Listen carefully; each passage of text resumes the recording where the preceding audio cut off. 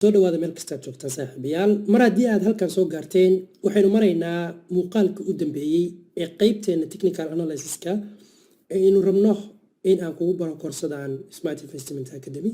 dabcan fiidiyoyadii aad ku daawatay qeybtan advanced technical analysis-ka waxay ahaayeen fiidiyo waqti badan galay. waxaan isku dayay inta ugu badan ee wax la soo koobi karin aan soo koobo anigoo aan xurkana ka tagayn si aysan dadku ugu daalin.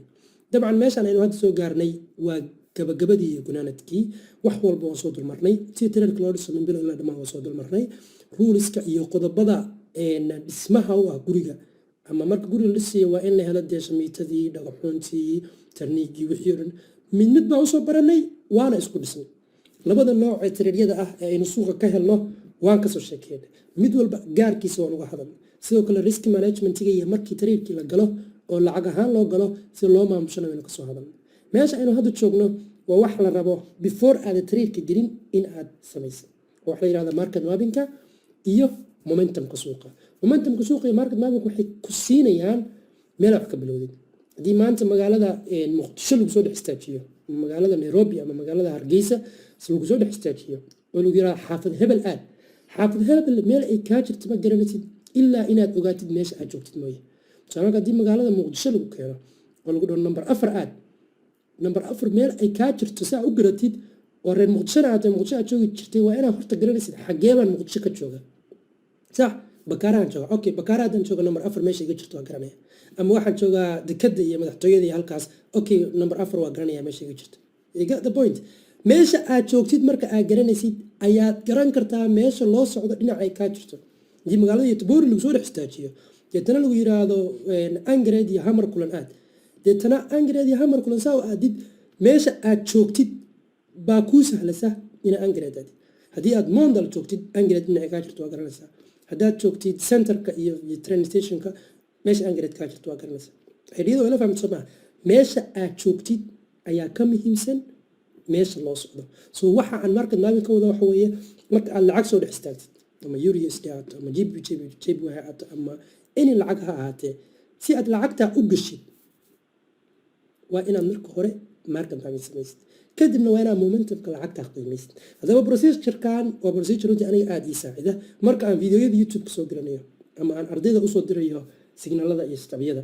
meesha ka bilaabo weeye ilaa anigu subaxna USD kama caashaqo subaxna AUD kama caashaqe lacagahoo dhan baa isha mariyaa anigoo market mapping kan isticmaalaya kadibna 3-4 lacagood oo asbuuca la daawan karo baa iga soo dhaxbaxda kadibna 3-4 lacagood ayaa waqti ku filan siiyaa confirmationskii aad soo daawatay ayaan mariyaa kadibna sidaas ayaan asbuucayga tradeyadeeda ku diyaarsadaa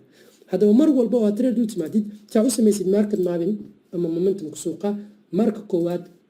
waa inaad 4 hour ka aada dhaafin 4 hour ayaan wax ka bilownaa sababta aan 4 hour uga bilaabano marka aynu market mapping ka samaynayno qodobka koowaad ee aynu raadinayno waxa weeye suuqa trendigiisa inaan soo xaqiijino ama jihada uu suuqa aynu socdo daba 4 hour ka dad ka kormara way jiraan oo ilaa 8 hour ka taga iyo sometimes xataa daily ga taga is very important marka market mapping la samaynayo waxa loo socdo waxa weeye marka inaan momentumka suuqa iyo dhinaca uu suuqa u jeedo inaynu soo ogaano xataa haddaa daily ga tagtid iyo haddaa 8 hour ka tagtid haddaa 6 hour ka tagtid haddaa 5 hour ka tagtid haddaa 4 hour ka tagtid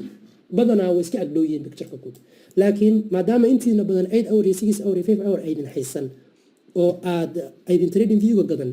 aynu ku koobsanno 4 hour ka iyo daily ga ku koobsanno because qofka trading view-ga gata ayaa 8 hour iyo 6 hour iyo 5 hour ku darsan kara qofka aan gadan 4 hour ka iyo daily ga wax uma dhaxeeya soo daily ga ku bilaabayna daily ga marka ku bilowdid waxa dhan oo aad raadinaysid waxa weeye inaad qiimaysid suuqan jihadiisa qodob koowaad oo la raadinayo waa maxay suuqan jihadiisa inaad qiimaysid nadiif suuqada u tahay soo ma jeedid hadaba suuqa jihadiisa marka aad qiimaynaysid waxa wax laga bilaabaa meesha uu suuq markaa marayo halkaas suuqa hadda ma marayo suuqan xagee buu ka yimi suuqani kor buu ka yimi sida arkis halkaan uu ka yimi korkaa markuu tagayna xagee buu ka yimi hoostaan buu ka yimi hoostaasna korkaas buu ka tagay korkaasna hoostaan buu yimi korkaasna hoostaas maxaa processkan loo marayaa processkan waxaa loo marayaa si aynu u qiimeyno suuqa hadda socdo ma uptrend ba mise waa downtrend 4 hour kana aan ku fiirino same story 4 hour marka aan ku fiiriyo waxaan anigu raadinayaa marka koowaad suuqani ma uptrend ba mise waa downtrend way wax la raadinayo aagaan buu hadda suuqa jooga soo maaha suuqan hadda aagaan jooga xagee buu ka yimi alright wuxuu ka yimi korkaan ayuu ka yimi ayaan dhihi karnaa like that. korkaasna xagee buu ka yimi hoostaan buu ka yimi hoostaanna xagee bay ka timi korkaas bay ka timi korkaasna xagee bay ka timi iyaduna hoostaan bay ka timi hoostaanna xagee bay ka timi korkaas bay ka timi si kale waynu oran karnaayo waxaan oran karnaa kan oo dhan waa hal dhaqaaq oo suuqa hadda halkan jooga hoostaan buu ka yimi suuqa halkan jooga hadda hoostaanna korkeedii halkaas ayuu noqonaya samaada fahmin daba suuqa haddii aad labo higher high ka heshid waa uptrend haddii aad laba lower low ka heshidna waa downtrend. For example iminka aynu tusaalaheena qaadano suuqaan anigu sida aan fursad uga raadsan lahaa ayaan ku tusaya suuqaan anigu waxaan oran lahaa moofka hadda socda halkan buu ka yimi moofkaan hoostiisiina meeday hoostiisiina waa tana hoostaan korkeedii meeday iyadana korkeedii waa tana korkaan hoostiisi meeday korkaana hoostiisi waa kana maxaan ujeedaa markaan suuqa waxaan ujeedaa laba lower low baan ujeedaa this is a clear lower low way suuqaan arkayo suuqaan waa maxay waa lower low way halkaanna waa maxay lower lowgan lower highgeedii way sooma kanina waa maxay kanina waa another lower low kaasina waa maxay another lower low haddiiba aan laba lower low arko suuqaan waa downtrend oo fursad nooceeyaa downtrend laga raadin jiray fursad sal ah soo asbuucan marka uu suuqu furmo meesha aan ilaashanayo ee muqadaska ah ee aan layga taaban karin waa lower highgan inaan layga taaban baan doonaya why because lower highgan waa wixii abuuray lower lowgeena u dambeeya so always maxaa la calaamadsadaa last lower lowgii suuqa oo kan ah iyo last lower highgii suuqa oo isaguna kaas ah waa ay labadaas muhiim u yihiin because labadaas inta u dhaxaysa ayaad fursad ka abuuranaysa maxaan soo helay iminka waxaan soo helay last lower lowgeenii oo kan ah iyo last lower highgeenii oo kaas ah meelahan hadda maxaan ka raadinayaa asbuuca dhexdiisa meelahan waxaan ka raadinayaa inaan some kind of liquidity ka helo maybe inaan 2 hourka iyo meelaha ugu laabto iyo 1 hourka deetana maxaan raadinayaa asbuuca markuu suuqu furmo aagan waxaan ka raadsanayaa liquidity maybe this one or maybe this area in liquidity in noqoto kadibna waxaan sugayaa in liquidity-ga la soo jabiyo iyadoo lower high-gana aan la gaarin oo meelaha la yimaado kadibna suuqu hoos u socdo ilaa in sawir ka duwan uu ii soo baxa maaha so maxaan sameeyey 4 hourkaan tagay deetana waxaan qiimeeyey meesha uu suuqu hadda joogo deetana waxaan arkay in suuqu lower low u dambeeyey lower lowgan lower high-giisiin inaan weli la jabin soo maadan karan intaa markaas la soo garatid suuqan fursadana ka raadinaysaa marka maalinka la sheegayo waa kan okay tusaale kale haddii aan ku darno let's say waxaad u timi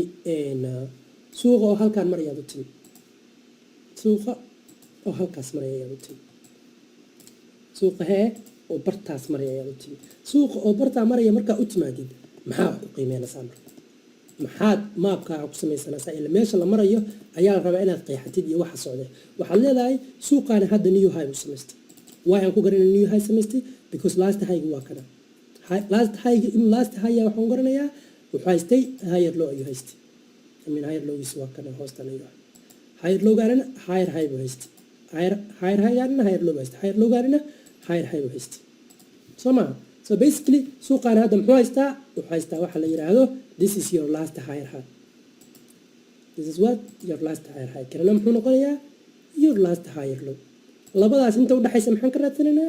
fursad baa ayaan ka raadsanaynaa laakiin hadduu suuqu uu kan jabiyo oo uu kasoo hoos maro waxay ka dhigan tahay in fursaddii baayiga ahaa ay dhimatay laakiin hadduu jabin waayo maxaan sameynayaa 1 hourka iyo wixii loo gaara ayaan tegayaa deetana aagan ayaa waxaan ka raadsanayaa liquidity inuu suuq break qabto soo maada fahmi inuu meelaha liquidity iga siiya ayaan raadsanaya oo uu break qabto haddii liquidity uu isiin waayo oo uu break qaban waayo oo uu suuqu iska sii socdo oo ruliskii trade lagu geli jiray uu isiin waayo maxaan sameynayaa hadda maxaa aragtaa clearly in higher lowgaagii la jabiyey mar haddii higher lowgaagii la jabiyey maxay ka dhigan tahay waxay ka dhigan tahay in suuqan uptrendkii soo socday uu meesha ka baxay haddii la jabiyo higher lowgaaga maxaa raadsanaysaa waxaa raadsanaysaa in aad reversal entry ka faa'iidaystid haddii reversal entry ay la imaan waayana suuqan sii socon doona inaad continuationkiisa ka faa'iidaystid alright that's very important that is very very important daba marka laga hadlayo momentum nuxurka ku jira waa intaan let's inaan lacagaha kale ku fiirino marka iminka waxaynuga tegaynaa lacagan USD GBP euro cad oo kale baynu eurocad barta ay hadda marayso wax u qiimeyno right now xagee ayay maraysaa eurocad right now aagaan ayay maraysaa kandhalka u dambeeya fiiri kandhalka u dambeeya xagee buu ka yimi hoostaan buu ka yimi suuqa marka kandhalka abuuraya hoostaan markii la abuuriya xagee laga yimi korkaan labadan kor maadaamay siman yihiin kan horeeye ayaa la qaataa korkaanna xagee ahayd hoostiisi waa tana hoostaanna korkeeda xagee ahaa korkeedu waa kana maxaan hadda haystaa marka waxaan haystaa this was a higher low and that was a higher high hadda maxaan u socdaa new higher low kala noqdo oo suuqa kor ah so basically maxaan leeyahay meeshaani waxay ahayd higher high maxay abuuratay higher low abuuratay higher lowgan muxuu abuurtay higher high because highgaani kan uu ka sarreeya maxaan helay clearly 1 2 laba higher high hadeesh maxay ka dhigan tahay suuq waa uptrend maxaan ka raadinayaa fursad baaya maxaan raadsanayaa ruleska intoodii kale waxaan leeyahay meeshaan liquidity ma ahayn la jabiyey let's say in meeshaan liquidity ku jirto meelahaanaan ka arkaa liquidity aan sida u buurnayn baa halkan iga muuqata alright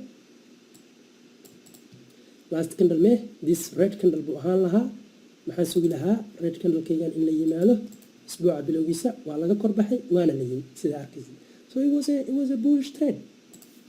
bullish move ayaad meeshaan ka sugaysaa asalkii wuxuu ka hooseyn lahaa candlekan oo noqonaya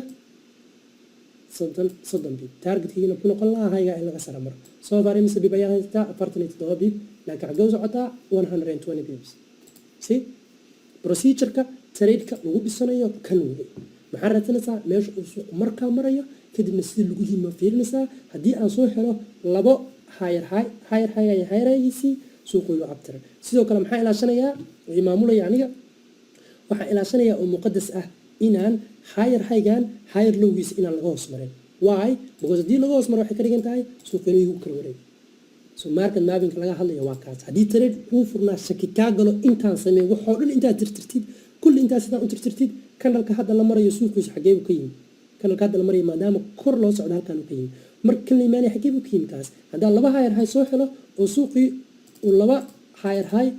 oo sidaan oo kalea ay ishaydu soo qabato fursadayda ugu dhowaa maxay higher high-ga u dambeeya higher low-giisa soo qabo kadibna in isaga lagu ixtiraamo ilaasho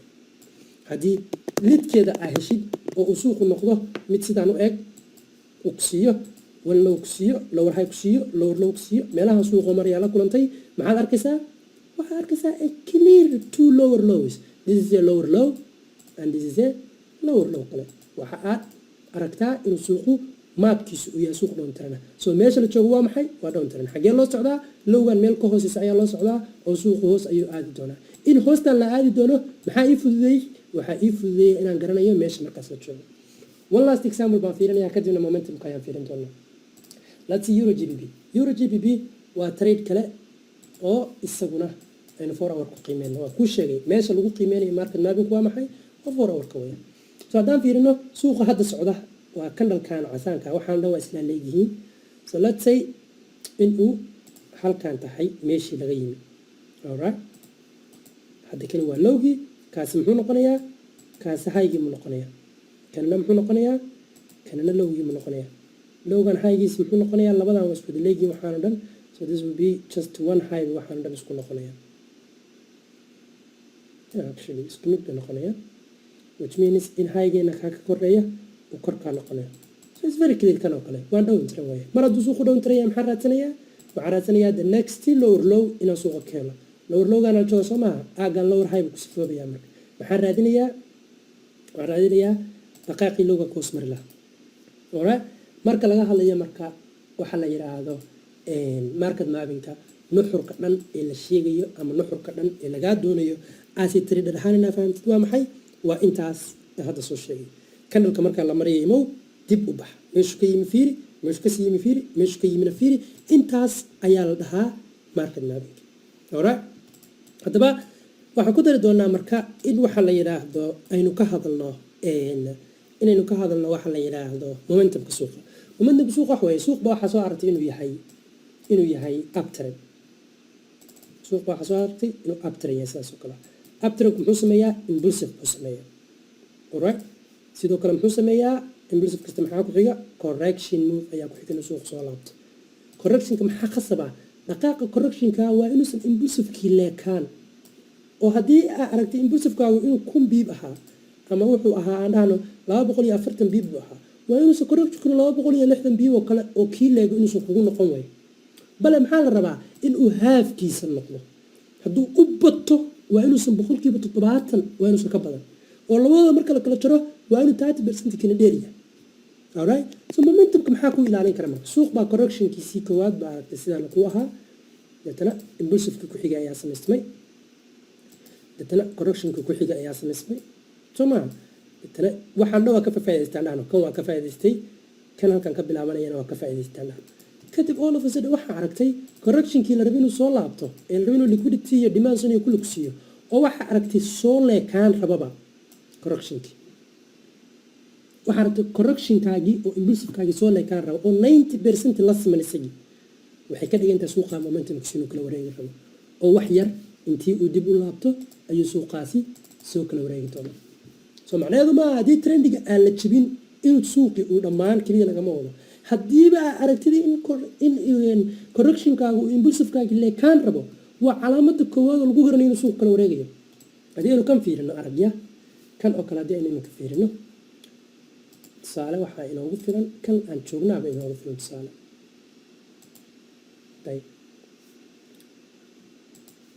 halkaani last higher highgeeni mee, last higher highgeeni kan ayuu ahaa, higher lowgeenina mee kan ayuu ahaa. so impulsivekeeni mee, impulsivekeeni waa kanaa sida arkista.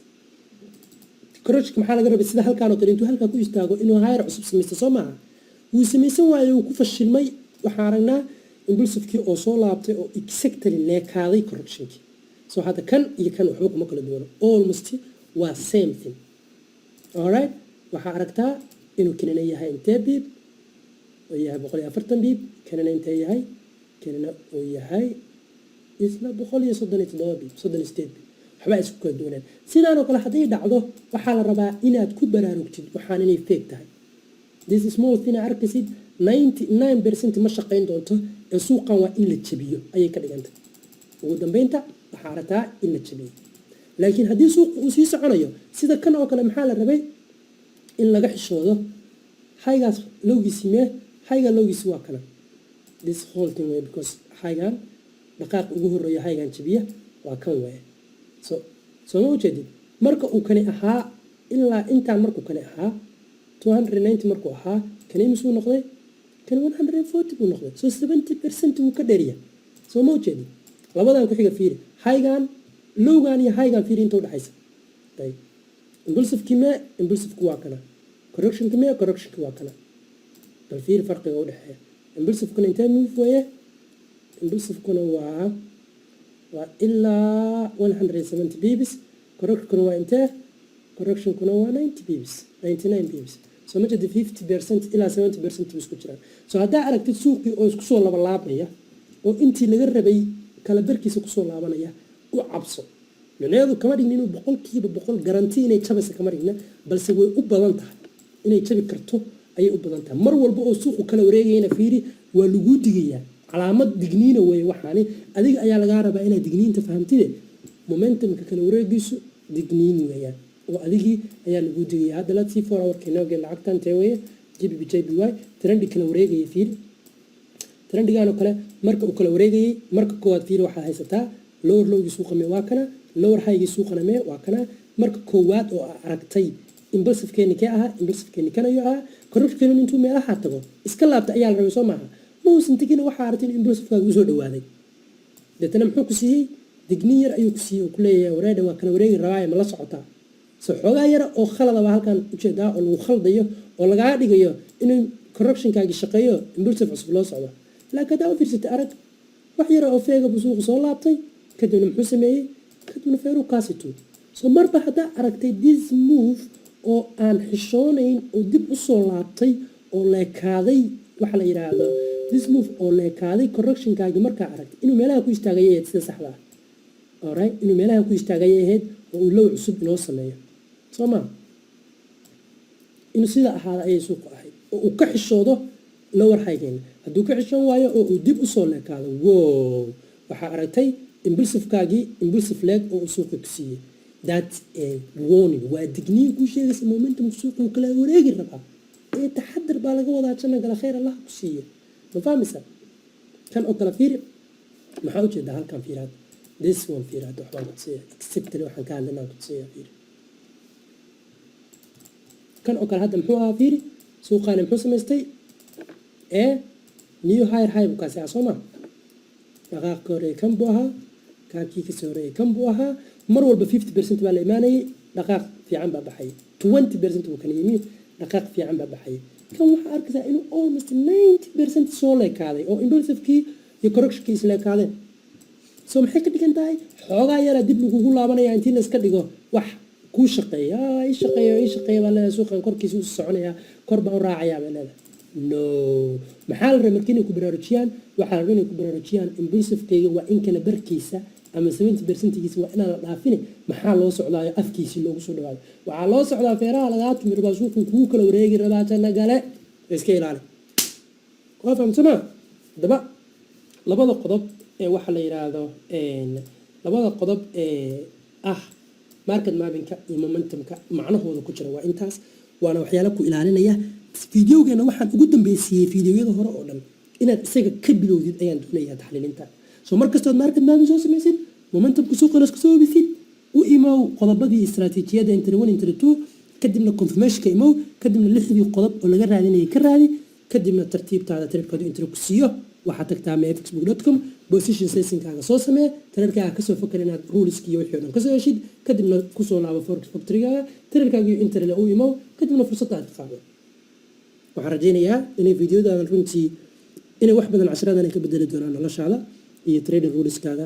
iyo sida aad suuqaan lacag uga samaysa inta aynu dib dambe muuqaalo sidaan oo kale ugu kulmi doono waxayna leeyahay amaanada allah